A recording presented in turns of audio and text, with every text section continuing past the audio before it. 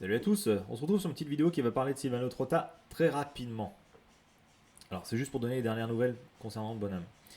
Euh, Sa chaîne YouTube a été censurée. Voilà, elle a sauté.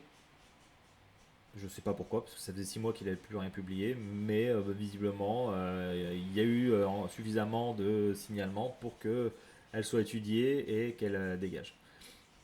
Alors je suis partagé sur l'idée, partagé sur le côté, à la fois je trouve que c'est un côté, on va dire, plutôt positif, entre guillemets, dans la mesure où on ne trouvera plus sur un média qui draine autant de monde des vidéos qui, qui sont faites pour désinformer les gens, hein, qui sont clairement faites pour désinformer les gens, avec en plus aucune opposition possible, puisque Silvano censure les commentaires. Voilà. Et à la fois, bah, je suis partagé sur le côté négatif. C'est quelque chose que j'avais déjà dit, qu'à force de pervertir Internet, ces soi-disant lanceurs d'alerte, hein, ces faux lanceurs d'alerte, comme je dis, sont euh, amènent Internet à appliquer des mesures de censure. Donc tu as les États, les sociétés privées, etc., etc., qui censurent de plus en plus Internet, qui vont traquer des gens. Voilà. Et on arrive vers quelque chose qui est plutôt inquiétant, je trouve. Voilà.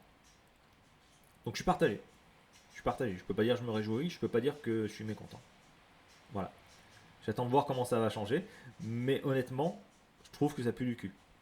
Alors je vais quand même lire ce que Sylvano a mis.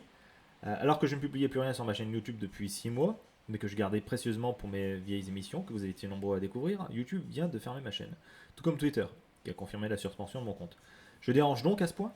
Messieurs les censeurs de la pensée unique, les nouveaux inquisiteurs, nous retrouverons en justice.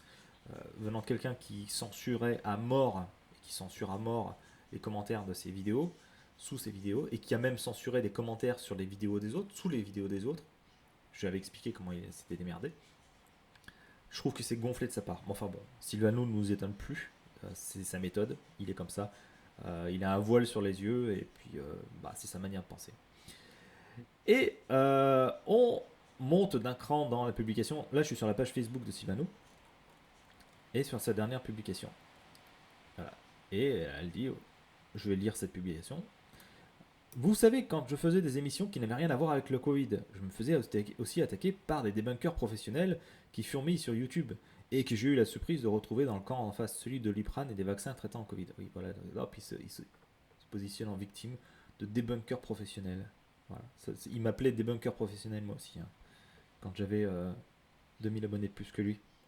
Maintenant, je suis passé à débunker amateur, je sais plus trop quoi. Bref, j'avais fait une émission. Alors ça aussi, quand ils utilisent le terme d'émission, putain, quel prétentieux. J'avais fait une émission sur la fameuse planète X, qui serait un astre inconnu aux confins de notre système solaire. J'avais montré les calculs de deux astronomes, Constantin Batygin et Mike Brown, qui démontraient la présence d'un astre très massif. Massif ne veut pas dire gros. Ah, merci mec. Ils m'ont démontré, en citant entre autres le prestigieux organisme Caltech. Ah non, pardon. Ils m'ont démontré, en citant entre autres, que le prestigieux organisme Caltech disait que ce n'était pas vrai. Et là, quelques années plus tard, ce même Caltech valide. Comme quoi, dans la vie, quand on fait son travail sans faire attention à ceux qui ne font rien et ne savent que critiquer et insulter, tôt ou tard, la roue tourne. Ce sera pareil avec cette pandémie. Et là, mis en lien, Omaoma signale-t-il l'arrivée d'une étoile à neutrons dans le système solaire. Partagé 50 fois. Liké, enfin, je sais pas comment on dit là, par presque 600 personnes. Cliquons sur cet article. L'article de Futura Science. Oumuamua signale-t-il l'arrivée d'une étoile neutron dans le système solaire. Article publié le 1er avril 2021. 1er avril. Alors, je vous laisserai lire l'article, qui est en soi pas trop mal écrit. Bon, après, ça part évidemment hein, sur des scénarios catastrophes. Hein, l'étoile à neutrons rentrant en collision avec le Soleil, etc. etc. Bon, un bon article bien putassier comme c'est le faire Futura Science. Et quand on va tout à la fin, une fois la pandémie suffisamment maîtrisée grâce à la vaccination, un colloque sur ce sujet est prévu et sera organisé par l'University of Antarctica. L'Université d'Antarctique. C'est un hoax, Sylvano. C'est un poisson d'avril. C'est un poisson d'avril. Sylvano, fais attention à ce que tu partages. Sinon, tu vas passer pour un guignol. Arrête d'être con. Donc tu peux attaquer Google, tu peux attaquer Facebook, tu peux attaquer Twitter. Mais si tu sors des arguments aussi merdiques que ce poisson d'avril, Sylvano, et comme tous les arguments que j'ai débunkés sur ma chaîne, tu vas te faire rétamer. Donc voilà, Sylvano prend un poisson d'avril pour un article sérieux. Voilà, voilà. Bon, alors après, hein, il y a de fortes chances qu'ils nous disent oui, mais non, en fait, c'était un poisson d'avril, voilà, parce que, en fait, voilà, c'était pour piéger les débunkers professionnels, ça, il va nous le sortir, hein. Voilà. C'est ce qu'il avait sorti hein, déjà quand j'avais repéré qu'il likait ses commentaires sur YouTube. Sylvano postait des commentaires et likait son commentaire tout de suite après.